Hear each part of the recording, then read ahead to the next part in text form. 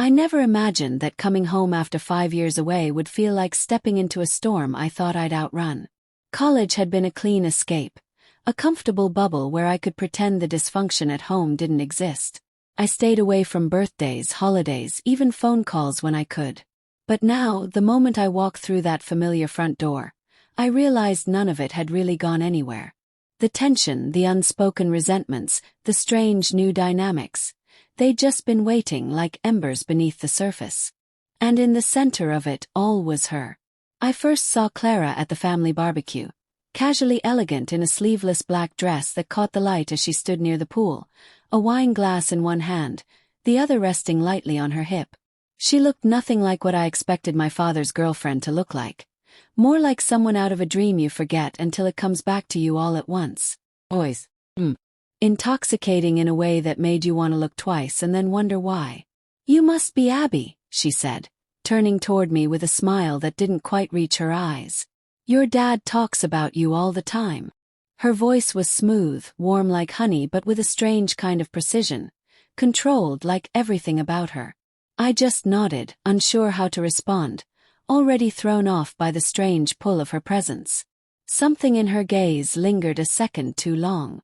Over the next few days, Clara settled into our house like she'd always belonged there, rearranging the emotional furniture without ever lifting a finger. She didn't need to raise her voice or assert her place. She just was everywhere. In the kitchen when I came down for coffee, on the porch reading the paper, laughing softly with my dad on the phone. And every time our paths crossed, the silence between us stretched, taut, electric, wordless. I couldn't explain it. There was nothing overt. No overt flirting. No hidden glances. Just a calm, knowing presence. She made me feel seen in a way that unsettled me. I started finding reasons to linger. Hanging around the kitchen longer than I needed to. Asking pointless questions about wine or whatever she was reading. And Clara, she let me. She answered, she smiled, she never backed away. There was no push, no chase. Just this quiet openness, the kind that drew you in and made you forget why you should leave. Part of me screamed to get away from it. To shut the door, walk back to campus, and never return. But the other part, the reckless, curious part, wanted to stay. Just to see how far this strange magnetic thing between us would go. One night my dad left for a business trip, and the house fell into a kind of hushed quiet. I found Clara alone in the living room, curled by the fireplace with a book resting in her lap. Her face lit softly by the flames. "Can't sleep?" she asked, not looking up. I stood there, caught in the threshold of choice. "No," I said finally, and walked in, settling beside her on the couch like it was the most natural thing in the world. But it wasn't. She closed her book, turned to me slightly. The space between us pulsed with unspoken things. "Abby," she said, almost like it hurt to say my name. "There's something between us, isn't there?"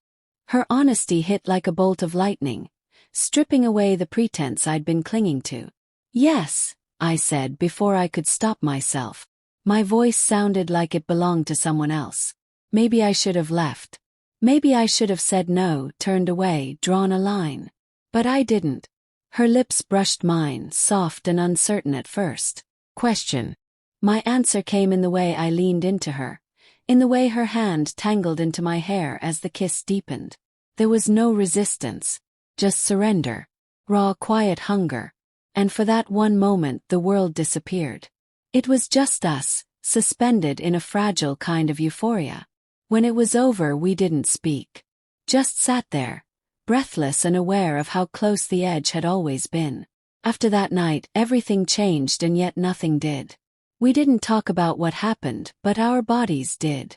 In stolen moments, shared glances, accidental touches that lingered too long. Every second together felt like we were walking a wire strung between desire and destruction. Sometimes at night I'd lie in bed replaying everything, trying to rationalize, to deny, to erase it from my mind. But my body remembered. Her fingertips, her voice, the way she said my name like it meant more than it should have. And the guilt was like gravity, constant, crushing, but never enough to stop me. We kept falling into each other like it was inevitable. Every kiss felt like an exhale we'd been holding for too long. It wasn't love.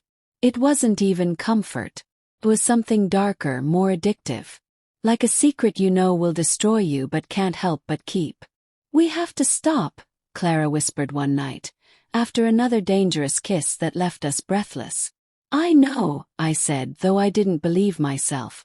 "But how?" she asked, her voice trembling with a question neither of us had the courage to answer. "We promised distance, boundaries, space, all the things that would make this feel less like a spiral. But deep down we both knew we'd break that promise. That the gravity between us was too strong. And maybe, someday, the consequences would catch up to us. Maybe the truth would come out and tear everything apart. But in that moment, none of it mattered. I only wanted her. The one person I was never supposed to want.